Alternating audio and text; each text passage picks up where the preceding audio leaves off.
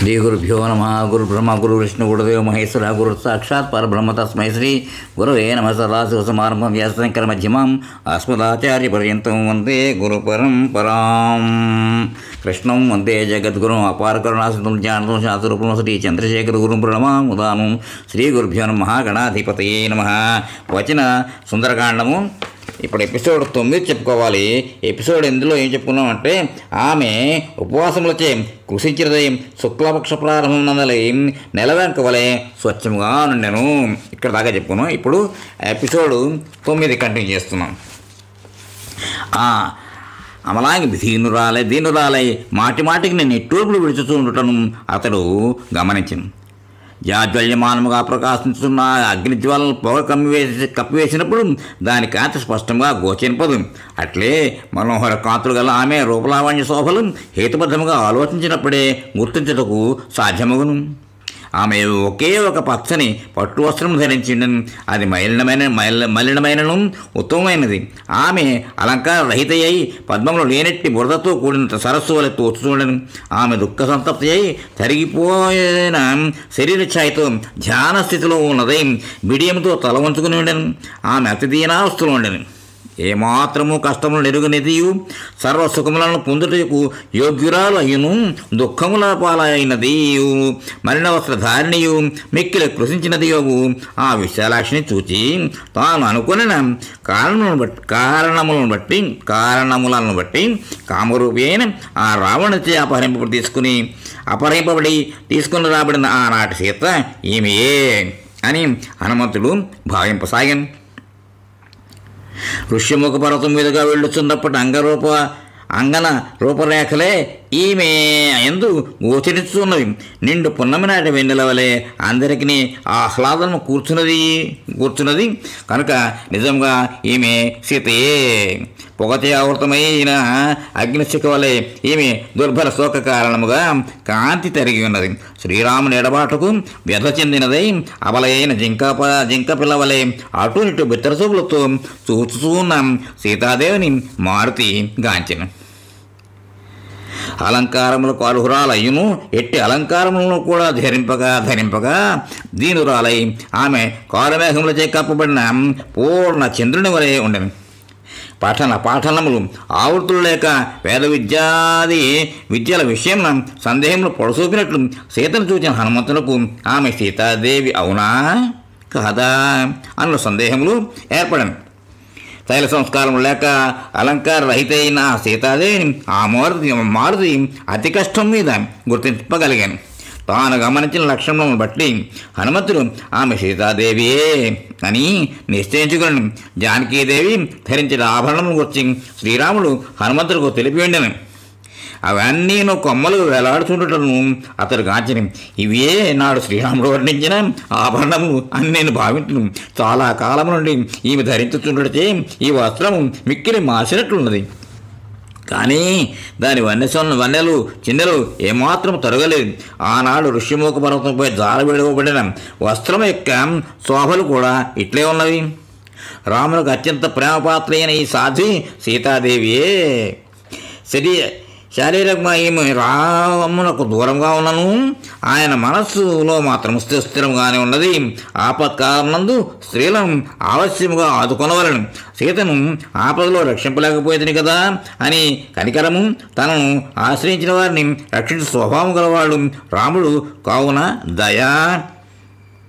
దయ భార్య దూరమైనందుకు శోకము, తన ప్రియురాలైన సీత ఎడబాటును విరహము, సీత నిమిత్తముగా పై 4 గంటకెళ్ళు ఉన్నాయి శ్రీరాముడు పరితపించుతూ ఉన్నాడు. శ్రీరాముని మనస్సులో సీతాదేవి రూపము, సీతాదేవి మనస్సులో శ్రీరాముడి రూపం పరిపూర్ణమై ఉండటం చేతనే వారిరువురును జీవించుండగలుగుతూ ఉన్నారు. లేనితో వారు క్షణకాలమైనను జీవించుండజారు. ఈ విధముగా ఒకరినొకరు పిడిచి ప్రాణములతో జీవించిండుట నిజముగా అశక్యమైన కార్యమే అని తలంచుతూ సీతను చూచి మారుతి ఎంతయో సంతోషించింది. అప్పుడు అతడు శ్రీరామచంద్రుని స్మరించి ఆ ప్రభువును మిక్కిలి కొనియాడు. ఇంతటి ఉత్తమ సాధ్వైన భార్య కొరకై పరితపించుట శ్రీరామునకు ఉచితమే. ఇంతటి సౌశల్యవతిని భార్యగా పొందుటకు ఆయనే యోగ్యుడు. సుగుణాభిరాములు లోకశుచులు అయిన సీతారాములను మనస్సులోనే ప్రశంసించి ఆ వానరోత్తముడు మరలా ఆలోచనలో మునిగిన. ఒక్క క్షణకాలం ధ్యానమగ్నుడై సీతాదేవిని చూచి కన్నీరు మున్నీరుగా విలపింపసాగాను. లక్ష్మణస్వామికి పూజ్యురాలను, శ్రీరాముడు ధర్మపతి అని సీతామాత ఇరుముల పాలైనది. ఈ విధి విధానము ఎవరికైనాను అనుల్లంఘనీయం కదా. కానీ రామలక్ష్మణుల అశౌర్యమును బాగుగా ఎరిగినందువలన వర్షాకాలమున గంగానది క్షోభింపనట్లు సీతాదేవి మిక్కిలి క్షోభకు గురి కాలేదు. సీతాదేవిని మారితే చూచి మనస్సును రామును స్మరించు ఇట్లు వర్తించాను. ఈ విశాలాక్షి కారణముగానే మహాబలుడైన వాలి వధింపబడను. పరాక్రమం రావణుతో సమానుడైన కబంధుడు కూడా కడతేర్చబడను. మహాపరాక్రమశాలి అయిన శ్రీరాముడు వనవాస సమయమున రణరంగమునందు భీమవిక్రముడైన విరాధులను రాక్షసుని కూడా హతమార్చింది. భయంకర కృత్యములను నడుచు 14,000 మంది రాక్షసులను అగ్ని శిఖాతుల్యములైన శ్రీరాముని బాణ పరంపరకు జనస్థానం బలి అయ్యి. అదేవిధముగా ఖర, త్రిశిల దూషణులు కూడా నేలపాలైరి. లోక ప్రసిద్ధమైనది వాలిచే పాలింపబడినది దుర్లభమైన వానర రాజ్యము ఈమె కారణం చిన్నగా కదా సుగ్రీవునికి ప్రాప్తించినది. ఈ విశాలాక్షి కొరకే నదీ నదములకు పతియు రత్నాకరమైన సాగరమును దాటి నేను ఇచ్చటికి వచ్చి ఈ లంకానగరమును గాలించితిని. శ్రీరాముడే సంకల్పించినతో ఈమె సీతాదేవి కొరకై సముద్ర వలయితమైన ఈ భూమండలమునే కాదు సకల లోకమును సైతం కాకందులు గావించు. ఉత్తమ ధార్మికుడును మహాత్ముడును మిథిలాధిపతి అయిన జనక మహారాజులకు సుతయు మహాపతివ్రతయు అయిన ఆ సీతాదేవియే ఈమె. పరాక్రమశాలియు శ్రేష్ఠ స్వభావము గలవాడును యుద్ధమును వెన్ను చూపనివాడును ఆయన దశరథ మహారాజునకు పెద్ద కోడలైన యశస్వినియు ధర్మస్వరూపుడు శరణాగత వత్సలుడు ఆత్మజ్ఞానియు అయిన శ్రీరామునికి ప్రాణప్రియయు భార్యయు అయిన ఆ సీతాదేవియే ఇతట ఈ స్థితిలో రాక్షస స్త్రీల వశంలో ఉన్నది కదా. ఈమె తన భర్తపై గల అపరిమితమైన అనురాగ కారణమున సకల భోగభాగ్యములను ఆత్మీయులను వీడి వనవాసమున ఎదురుగు క్లేశమును సైతం పరిగణింపగా నిర్జన వనమున అడిగాడను. పతిసేవా పరాయణయ్యై ఫలమూలములనే ఆహారముగా గాయకొని సంతుష్టిపడుతూ భవనమునందు వలనే అరణ్యమునందును పరమప్రీతిని పొందిన ఆ సీతయే ఈమె. సీతారాములు దుస్సహమైన ఎడబాటకు లోనై కూడా దుఃఖముతో కుంగిపోక ప్రాణములు నిలుపుకునే ఉన్నారు. ఓర్పులో భూదేవి వంటి కానీ ఇప్పుడు ఒక చెట్టు కింద కూర్చుని ఈమె రాక్షస స్త్రీల యొక్క భయంకరములైన వికారపు చూపుల కాపలాలో దీనురాలై ఉన్నది. మిక్కిలి బలశాలియు కపిశ్రేష్ఠుడును మహావీరుడైన హనుమంతుడు ఈ విధముగా విషయములను సమగ్రముగా పరిశీలించిన పిమ్మట ఈమె సీతాదేవే అని గట్టిగా నిశ్చయించుకొని ఆ వృక్షం పైన ఉండిపోయింది. హనుమంతుడు సీతాదేవిని స్పష్టంగా చూడగోరి దృష్టిని అటు ప్రసరింపజేశాను. అప్పుడు ఆయనకు ఆ సమీపంలోనే భయంకర ఆకారములతో ఉన్న రాక్షస స్త్రీలు కనబడ్డాయి. ఒక్క కన్ను మాత్రమే గలది, ఒకే చెవి గలది, తల చుట్టూ వ్యాపించిన చెవులు గలది, చెవులు లేనిది, శంకు వంటి కర్ణములు గలది, తల వరకు వ్యాపైన ముక్కు గలది, శరీరంకు మించిన తల గలది, సన్నని పొడవైన మెడ గలది, చింపిరి జుట్టు గలది, జుట్టు లేనిది, వేలాడుతున్న కర్ణములు, లలాటం, పొట్ట, స్థలములు మొదలైన వికారాకృతలు గల రాక్షస స్త్రీలను మారుతెచ్చు గాంచెను.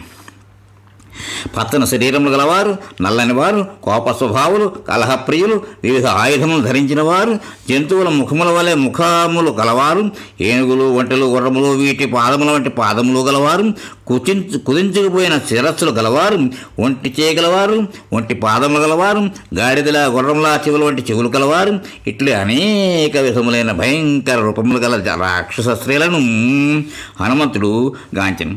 ఆ స్త్రీలు నిరంతరం మద్యపానం చేస్తుంటే మాంసభక్షణము పైనను సురాపానం మీదను వారికి మక్కువ ఎక్కువ. వారు చూచిడి వారికి గగురుపాటు కలిగించు భయంకర రాక్షసులను కపివరుడు కాంచెను. ఆ రాక్షస స్త్రీలు పెద్ద స్కందం గల వృక్షము చుట్టూ కూర్చునిండిది. ఆ చెట్టు కిందనే ఉన్న పూజ్యురాలను జనకరాజు సుతయును అయిన సీతాదేవిని హనుమంతుడు దర్శించాను. ఆ జానకిని దర్శించడం వలన అతడు మహానందభరితుడై దివ్య తేజోవిరుస్తుడై శిశోక్షతప్త అయ్యడం వలన ఆమె వన్నె తిరిగి ఉండెను. ఆమె కేశవాన్ని ధూళితో నిండి ఉండెను. పతివ్రతాధర్మం పాటించుతూ ఉత్తమశీల సంపన్నయే అయి ఉన్నను భర్తృదర్శన భాగ్యం లేకపోవచ్చే ఆమె దీనురాలై ఉండెను. ఆమె ఆహారం లేక స్వభావహీనమైనను రాక్షస స్త్రీల మధ్యన ఉన్నను ఆమె మనస్సు శ్రీరాముని యందే లగ్నమై ఉండటం వలన వారి మాటలు చెవికి ఎక్కువట్లేదు.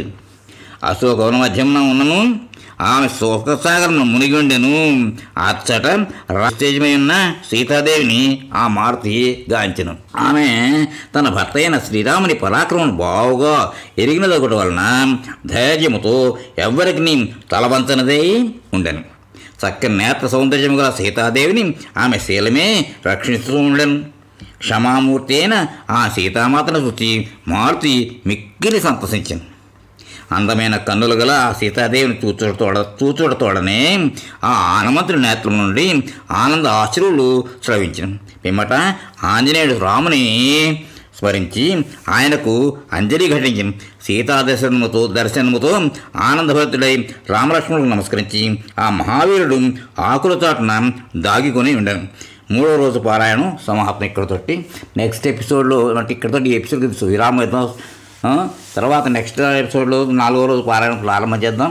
అంతవరకు స్వస్తి.